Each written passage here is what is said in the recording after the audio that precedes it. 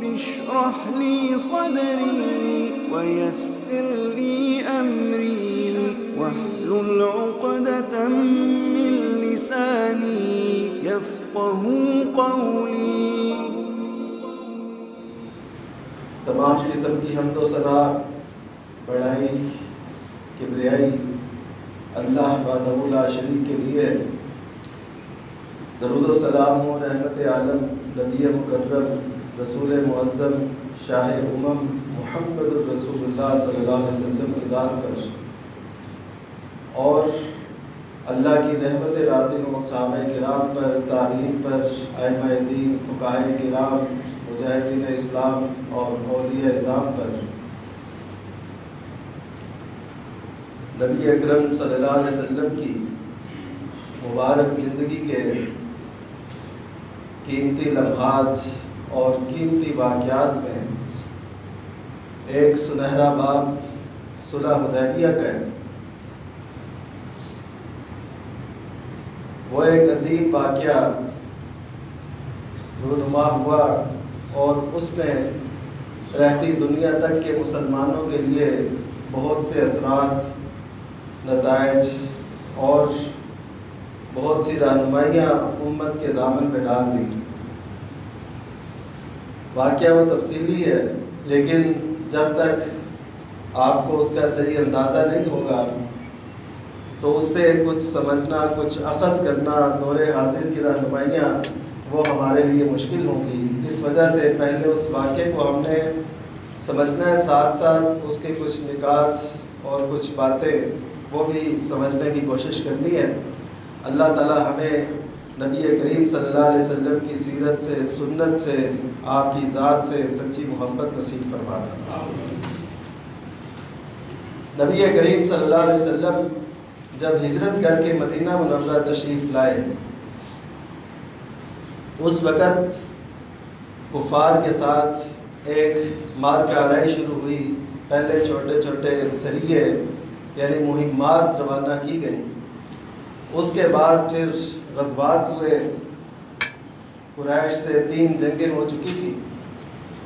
اور اس کے علاوہ یہود سے بھی 3 جنگیں ہو چکی تھیں. ایک جنگ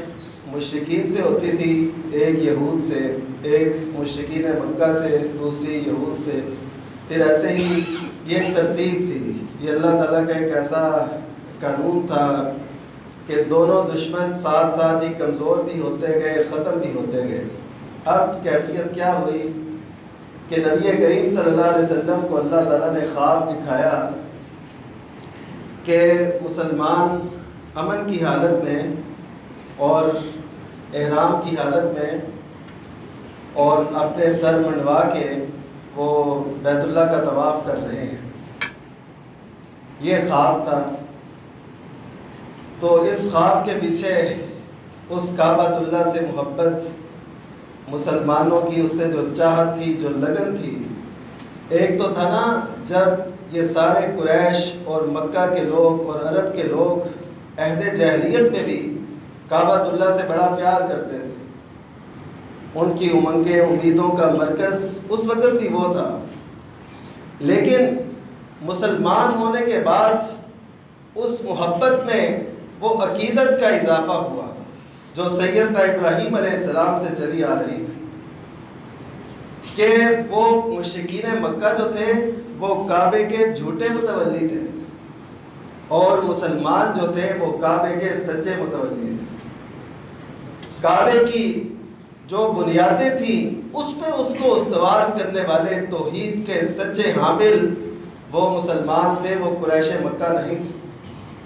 ان کی محبت کا اور زیادہ اضافہ تھا اس سے. اور آپ جانتے ہیں جب نبی کریم صلی اللہ علیہ وسلم نے ہجرت فرمائی تھی تو کعبۃ اللہ کو خطاب کر کے کہا تھا، دلائل النبوہ بہقی کے اندر روایت موجود کہ انکی لاحب البلاد الیہ، کہ تو مجھے سب شہروں اور علاقوں سے زیادہ پسندیدہ ہے. لولا اخرجت منکی ما خرجت، اگر مجھے تجھ سے نہ نکالا جاتا،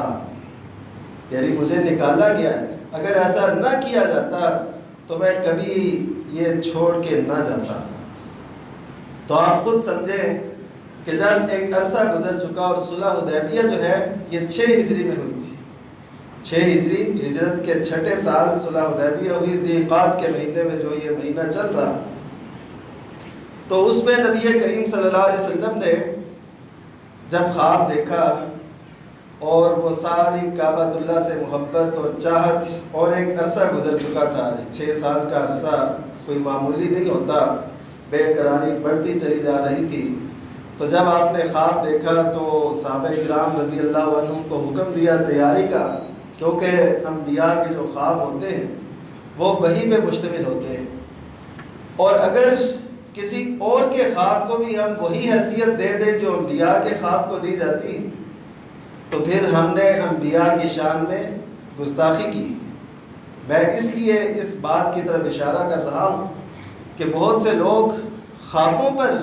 بنیادیں رکھ دیتے ہیں، کسی مسئلے کی سچائی مثلاً حدیث کچھ کہہ رہی ہے تو ہم صرف ایک خواب پہ بنیاد رکھتے ہیں کہ نہیں یہ خواب ان کو ایسا آیا ہے اور خواب میں ان کو یہ بتایا گیا ہے، وہ نبی نہیں ہے کہ ان کی بات کو اتنی حیثیت حاصل ہو، ہم نے تو حدیث کو فالو کرنا، ہم نے تو قرآن اور سنت اس کی پیروی کرنی ہے، ہم نے یہ نہیں دیکھنا کہ کس ہستی کو خواب آیا ہے، یہ صرف انبیاء کرام علیہ السلام کی شان ہے کہ ان کو خواب آئے تو اس کی حقیقت ہوتی ہے، وہ وحی پر مشتمل ہوتا ہے۔ اب اس خواب کو میں آگے بیان کرتا ہوں، لیکن اس سے پہلے ایک بات کہ خواب میں آپ نے دیکھ لیا تھا کہ مسلمان امن کی حالت میں اور سر منڈوائے ہوئے وہ طواف کر رہے ہیں، لیکن صلح حدیبیہ میں نبی کریم صلی اللہ علیہ وسلم کو صحابہ کرام کو روک دیا گیا۔ اب صحابہ کرام رضی اللہ عنہ کے یہ ذہن میں یہ سوال آنا ایک لازمی امر تھا کہ خواب تھا نبی کا تو پھر ہمیں روک کیوں لیا گیا؟ تو نبی کریم صلی اللہ علیہ وسلم جو اللہ تعالیٰ پہ امید، ایمان، یقین کی اعلیٰ ترین کیفیت پہ فائز تھے، آپ نے یہ فرمایا کہ میں نے یہ کب کہا تھا کہ اسی سال ہم ایسا کریں گے، میں نے یہ تو نہیں کہا تھا کہ اسی سال، ہاں یہ خواب کی تعبیر پوری ہوگی پھر ہو سکتی ہے، اور واقعتاً پھر ایسے ہوا اگلے سال ان شرائط میں یہ طے ہوا کہ مسلمان اگلے سال آئیں گے اور زیارت کریں گے بیت اللہ کی، تو اس وقت پھر نبی کریم صلی اللہ علیہ وسلم نے اور صحابہ کرام نے وہ عمرہ کیا جسے عمرۃ القضاء کہا جاتا ہے 7 ہجری میں۔ تو پتہ یہ چلا کہ اللہ تعالیٰ کسی کو کوئی اشارہ فرمائے اور اللہ تعالیٰ سے کوئی دعا کرتا ہے، اس کے نتیجے میں اگر اللہ تعالیٰ کی طرف سے تاخیر ہے تو اس پہ ہڑبڑانا نہیں چاہیے، گھبرانا نہیں چاہیے، اللہ پہ بدگمانی نہیں کرنی چاہیے، اپنے ذہن کو تسلی دینی چاہیے کہ معاملہ جب اس کے سپرد کیا ہے تو وہ حسبنا اللہ و نعم الوکیل ہے، وکیل اسے کہتے ہیں جس کے سپرد معاملہ کر دیا جاتا ہے، اور آپ جانتے ہیں جتنے اچھے وکیل کو آپ اپنا وکیل بنا لیتے ہیں اسی قدر آپ مطمئن ہو جاتے ہیں، تو اگر اللہ کو بھی ہم نے ایسا وکیل بنایا ہو، نعم الوکیل حسبنا اللہ و نعم الوکیل، اللہ ہمیں کافی اور بہت اچھا کارساز ہے، تو پھر ہمیں واقعی مطمئن ہو جانا چاہیے۔ ہمارے ایمان اور یقین میں کمی ہوتی ہے جس کی وجہ سے ہم گھبرا بھی جاتے ہیں، ہم اللہ تعالیٰ سے بدگمانیاں بھی کرنے لگ جاتے ہیں، تو اس کیفیت سے نکل کے ہمیں اللہ پہ پورا یقین رکھنا ہے۔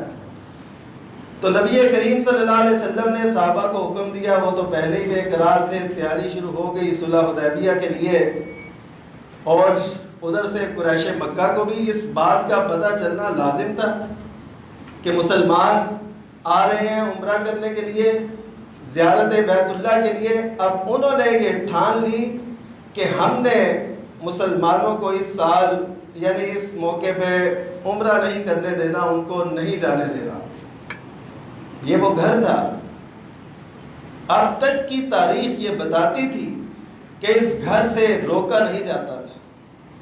لیکن جب دشمنی حد سے بڑھتی ہے، جب تعصب غالب آتا ہے، تو دیکھیں قومیں اپنی تباہی خود خریدتی ہیں۔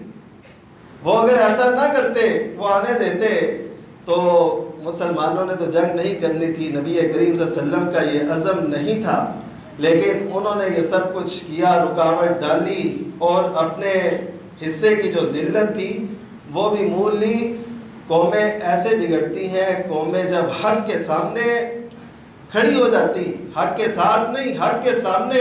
تو پھر ان کا نتیجہ لازمی ڈوبنے کی شکل میں نکلتا ہے، وہ تباہ ہو جاتی،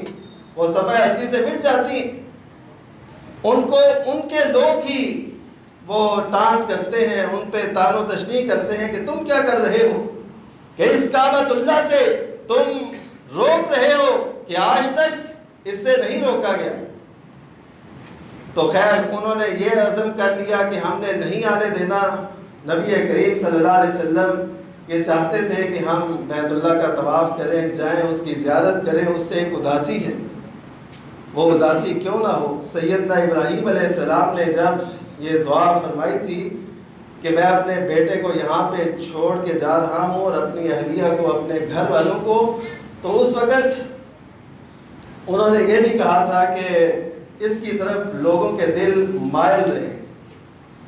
لوگوں کے دل جھکے رہیں اس طرف۔ تو وہی آج اثر ہے سیدنا ابراہیم علیہ السلام کی دعا کا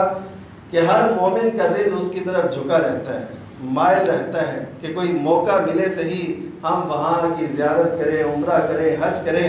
اللہ تعالیٰ ان لوگوں کے حج اور عمرے کی ان نیتوں کو قبول فرما لے جو اس سال اس عزم لیے بیٹھے۔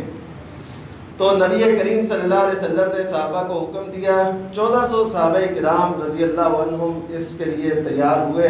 اور پوری تیاری کے ساتھ نکلے۔ تیاری تھی عمرے کی، احرام باندھے گئے، قربانیاں ساتھ لی گئیں۔ تو یہ بالکل واضح دلیل تھی کہ جنگ نہیں چاہتے، اور نبی کریم صلی اللہ علیہ وسلم نے مشورہ کیا نکل کے، جب آپ مدینہ منورہ سے چلے تو آپ نے باہر جا کے مشورہ بھی کیا، کیونکہ قریش نے رکاوٹ ڈالنے کی ٹھان لی تھی۔ تو آپ نے صحابہ کرام سے مشورہ کیا، دو صورتیں، ایک تو یہ کہ ہم جو لوگ مکہ میں اس کے پاس ہمیں روکنے کے لیے اکٹھے ہوئے ہیں، ان کے قبائل پہ حملہ کر دیا جائے تاکہ ان کو اپنی فکر پڑ جائے، وہ ادھر سے نکلیں اور ادھر آئیں۔ اور دوسرا یہ ہے کہ ہم جس عمرے کی غرض سے نکلے ہیں اسی کو ہم کرتے ہیں، جہاں پہ ہماری منزل ہوگی پھر بعد میں دیکھا جائے گا، جیسے وہ روکتے ہیں یا کیا کرتے ہیں یا کیسی۔ تو سیدنا ابو بکر صدیق رضی اللہ تعالیٰ عنہ نے یہ مشورہ دیا کہ ہمیں اپنے عمرے کے جو سفر ہے اس کو جاری رکھنا چاہیے،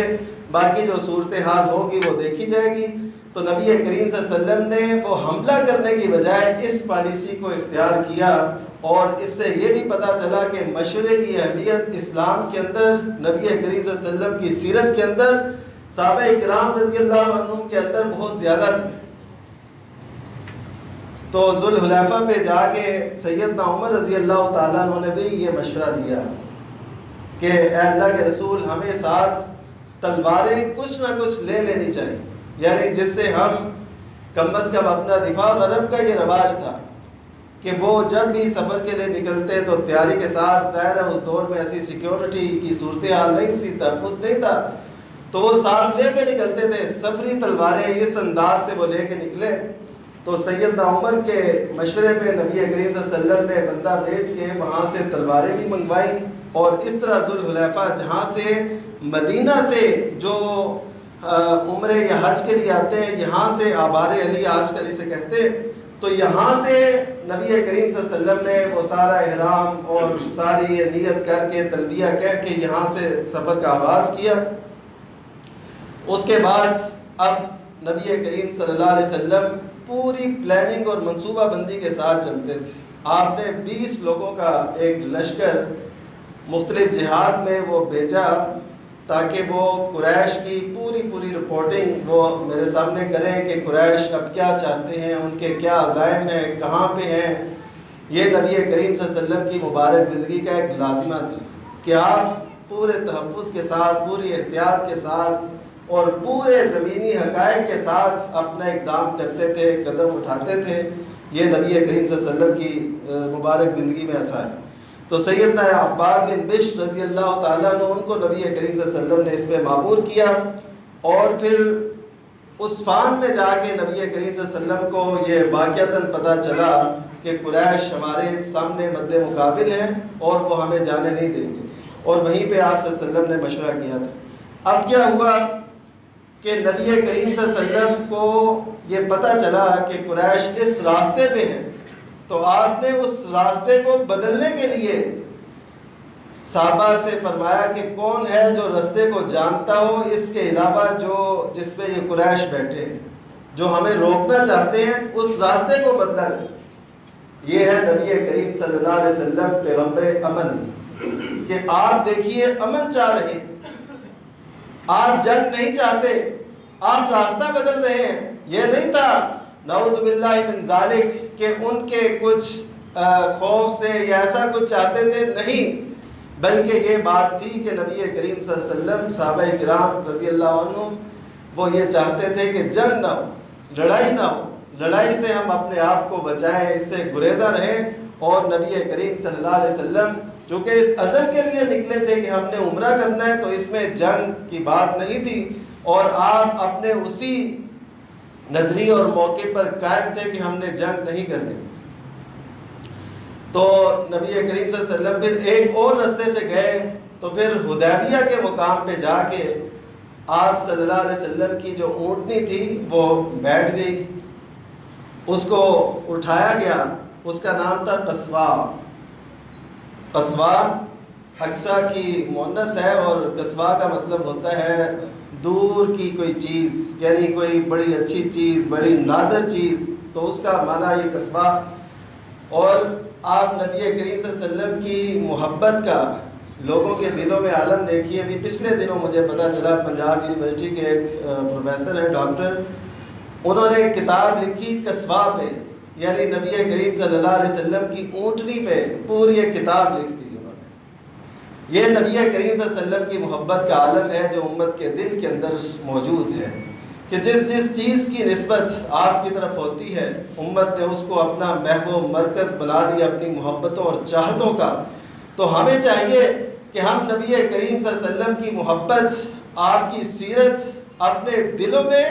اپنی آنے والی نسلوں کے دلوں میں اس بات کو بھر دیں۔ یقین کیجئے، ایسا سمجھے کہ آپ نے اپنا فریضہ ادا کر دیا۔ وہ لوگ جن کے گھروں میں نہ قرآن، نہ سنت، نہ سیرت صحابہ، نہ سیرت صحابیات کے درس ہوتے ہیں، میں کہتا ہوں وہ گھر ویران بے آباد، ان کی نسلیں ان کے ہاتھوں میں نہیں رہیں گی۔ آپ اگر امت مسلمہ کو اور نسل نو کو دین سے وابستہ کرنا چاہتے ہیں، تو پھر سیرت، سنت، قرآن، اس کا مطالعہ آپ کے لیے لازم بنتا ہے کہ آپ گھر میں ان کو کھول کے دیکھیں، مطالعہ کریں۔ آپ کے بچے آپ سے پوچھیں، ابا جان آپ کیا پڑھ رہے ہیں، پاپا آپ کیا پڑھ رہے ہیں، اور وہ بھی اس میں آپ کے ساتھ بیٹھیں، تو پھر وہ پرانے دور کی یادیں تازہ ہوں گی، پھر ہمارے اندر وہ جذبے بیدار ہوں گے۔ آج کیا ہے کہ ابو بھی موبائل پہ، امی بھی موبائل پہ، اگر دادا اس گھر میں ہے تو وہ بھی موبائل پہ، اور ہر کوئی اپنے اپنے میں مگن ہے۔ یہ مسلمانوں کی خاندانی ریت نہیں ہے، یہ اسلام اس کی اجازت نہیں دیتا، اخلاق اس کی اجازت نہیں دیتا، اور کتنے نقصان اور تباہیاں پھر گئی۔ تو میں یہ عرض کر رہا تھا کہ نبی کریم صلی اللہ علیہ وسلم کی اونٹنی جب وہاں پہ جا کے بیٹھی، وہ قصواء نامی اونٹنی، اس کو اٹھایا گیا، تھوڑی دیر وہ اٹھی اور آگے جا کے پھر بیٹھ گئی۔ اب اس کو اٹھانے لگے تو صحابہ کرام رضی اللہ عنہم سے یہ بات نکلی ان کی زبان سے کہ یہ اونٹنی اڑ گئی ہے، جیسے کوئی جانور اڑ جاتا ہے۔ تو انہوں نے ایسی بات کہی تو نبی کریم صلی اللہ علیہ وسلم فرمانے لگے ما خلت القصواء، کہ اونٹنی نے ایسا کچھ نہیں کیا، اور نہ ہی وما لہا بخلق، اور نہ اس کی یہ عادت ہے، یہ نہیں ایسا کرتی، یہ بڑی اچھی اونٹنی ہے۔ اور آپ کو شاید پتہ ہوگا کہ نبی کریم صلی اللہ علیہ وسلم کی یہ اونٹنی جو تھی یہ دوڑ میں بھی شریک ہوتی تھی، یعنی دوڑ کے جب مقابلے ہوتے تھے، میں آپ کو جب سپورٹ سے یا ایسی ایام آتے ہیں تو میں آپ کو اس حوالے سے بھی آگاہ کرتا رہتا ہوں۔ تو یہ اونٹنی جو ہے ہر ایک سے آگے گزر جاتی تھی، ایک دفعہ ایسے ہوا کہ ایک دیہاتی شخص آیا، نوجوان، اس کا اونٹ بھی نوجوان تھا، تو وہ اس اونٹنی سے آگے گزر گیا۔ صحابہ کرام رضی اللہ عنہم پہ یہ چیز بڑی بوجھل گزری کہ امام کائنات محمد الرسول اللہ صلی اللہ علیہ وسلم کی اونٹنی جو آج تک پیچھے نہیں رہی، یہ کیسے پیچھے رہ گئی؟ جیسے محبت ہو نا، جیسے ہمیں قوم سے محبت ہے تو جب ٹیم ہار رہی ہو تو ہمارے دلوں کی کیفیت کیا ہوتی ہے؟ تو اس وقت وہ نبی کریم صلی اللہ علیہ وسلم کی ذات مبارک سے وابستہ چیز کی وہ جو ہے پیچھے رہنے کی بات تھی، تو صحابہ میں یہ جو ہے نا حیران کن ایک بات تھی۔ تو نبی کریم صلی اللہ علیہ وسلم نے وہ آثار دیکھے صحابہ کے چہروں پر، تو آپ نے فرمایا، ایک ضابطہ بیان فرما دیا۔ وہ کیا ہے کہ اللہ تعالیٰ نے جس بھی چیز پر عروج لکھا ہے اس کے لیے دنیا کی ہر چیز پہ زوال بھی لکھا ہے، یعنی جس کو عروج اللہ تعالیٰ دیتا ہے اس کو زوال بھی دیتا ہے۔ تو جن کو عروج حاصل ہوتا ہے ان کو اپنے زوال پہ بھی نظر رکھنی چاہیے اور اس کو بھی قبول کرنا چاہیے۔ کئی لوگ زوال کو قبول نہیں کرتے، ان سے کوئی چیز نکل جائے ان کے ہاتھوں سے، وہ پھر بخلاہٹ کا شکار ہو جاتے ہیں کہ یہ کیا ہوا، کیسے ہوا، اور کیا کیا انداز اختیار کرتے ہیں، اور اس کے رستے میں وہ بہت سی ایسی باتیں، چیزیں اور کام کر جاتے ہیں جو نہیں کرنے چاہیے۔ تو اس وجہ سے یہ جو عروج و زوال کی ایک داستان ہے، جو اللہ تعالیٰ کا ایک اصول اور ضابطہ ہے، وہ ہمارے ذہن میں ہونا چاہیے۔ تو وہ جب اونٹنی بیٹھی تو نبی کریم صلی اللہ علیہ وسلم نے ایک اور جملہ یہاں پہ ارشاد فرمایا، یعنی قدم قدم پہ درس، قدم قدم پہ رہنمائی۔ آپ نے فرمایا کہ وَلَكِنْ حَبَسَهَا حَابِسُ الْفِيلِ، لیکن اس کو کس ذات نے روکا ہے؟ جس نے ہاتھیوں کو روکا تھا۔ لیکن آپ دیکھیے یہ تشبیہ من کل الوجوہ نہیں ہے، یعنی ہاتھیوں کو جس نے روکا تھا وہ ہاتھی والے جو تھے وہ تو ظالم تھے، ہاتھی والے تو کعبہ کو گرانے آئے تھے، اور یہ جو قافلہ حق تھا یہ تو کعبے کی آباد کاری اور اس کی خوشحالی کے لیے جا رہے تھے، فرق تھا۔ لیکن تشبیہ صرف اس بات میں تھی کہ روکنے والی ذات وہ ہے، چاہے کسی حکمت کے تحت روکے، چاہے ظلم سے روکے، اور چاہے کسی بھی صورت میں اللہ تعالیٰ روکے۔ یہ نبی کریم صلی اللہ علیہ وسلم کی تشبیہ کا یہ مقصد تھا، اور اس میں یہ درس دیا گیا کہ نہ تو نبی کریم صلی اللہ علیہ وسلم کے اختیار میں کچھ ہے، نہ نبی کریم صلی اللہ علیہ وسلم کی اونٹنی کے اختیار میں کچھ ہے۔ آپ کو شاید پتہ ہو کہ لوگ اصحاب کہف کے کتے کے تعویذ بنا کے گلوں میں پہنتے ہیں، اصحاب کہف کے کتے کے نام کے تعویذ بنا کے میں نے خود دیکھے۔ میں کوئی ایسی بات نہیں کرتا، لوگ بعض اوقات لے کے آتے ہیں، جی یہ تعویذ دیکھیں یہ ہمیں دیا گیا ہے، تو اس میں اصحاب کہف کے نام، اس کے کتے کے نام لکھ کے تو وہ تعویذ بنایا ہوتا ہے کہ اس سے اس کی جان بچے گی یا جو بھی اس کا معاملہ ہے اس کے حل کے لیے۔ تو میں آپ سے یہ عرض کرتا ہوں کہ آپ قصواء کو دیکھیے کہ وہ بھی اللہ تعالیٰ کے اختیار میں ہے، جو نبی کریم صلی اللہ علیہ وسلم کی سواری ہے، جس سے آپ کی محبت بھی ہے اور آپ اس کے بارے میں یہ فرما بھی رہے ہیں، اور اختیار کلی جو ہے وہ اللہ تعالیٰ کے پاس ہے ہر چیز کا۔ اور ہمیں بھی یہ سمجھ جانا چاہیے، بعض اوقات ہماری زندگیوں میں ایسے مراحل آتے ہیں، گاڑی سٹارٹ ہی نہیں ہو رہی، کچھ ایسا نہیں ہو رہا، تو ہم اس کو گالیاں نکالنے کی بجائے یا مکینک کو گالیاں نکالنے کی بجائے یہ سوچ لیں کہ ہو سکتا ہے اللہ تعالیٰ کی اس میں کوئی حکمت ہو، اور واقعتاً ایسے ہوتا ہے، ایسے ہو جاتا ہے۔ ہمیں یہ سیرت اور سنت سے یہ باتیں سمجھنی چاہیے۔ تو میں تو آج بہت لمبے پروگرام پہ تھا، وقت ختم ہو گیا، تو ہم اللہ تعالیٰ سے دعا کرتے ہیں کہ اللہ تعالیٰ ہمیں جو نکات بیان کیے صلح حدیبیہ سے متعلق ہے، تو بھی آغاز ہے، انشاءاللہ جو بعد والے جمعے ہوں گے، اب ظاہر ہے حجۃ الوداع کے بعد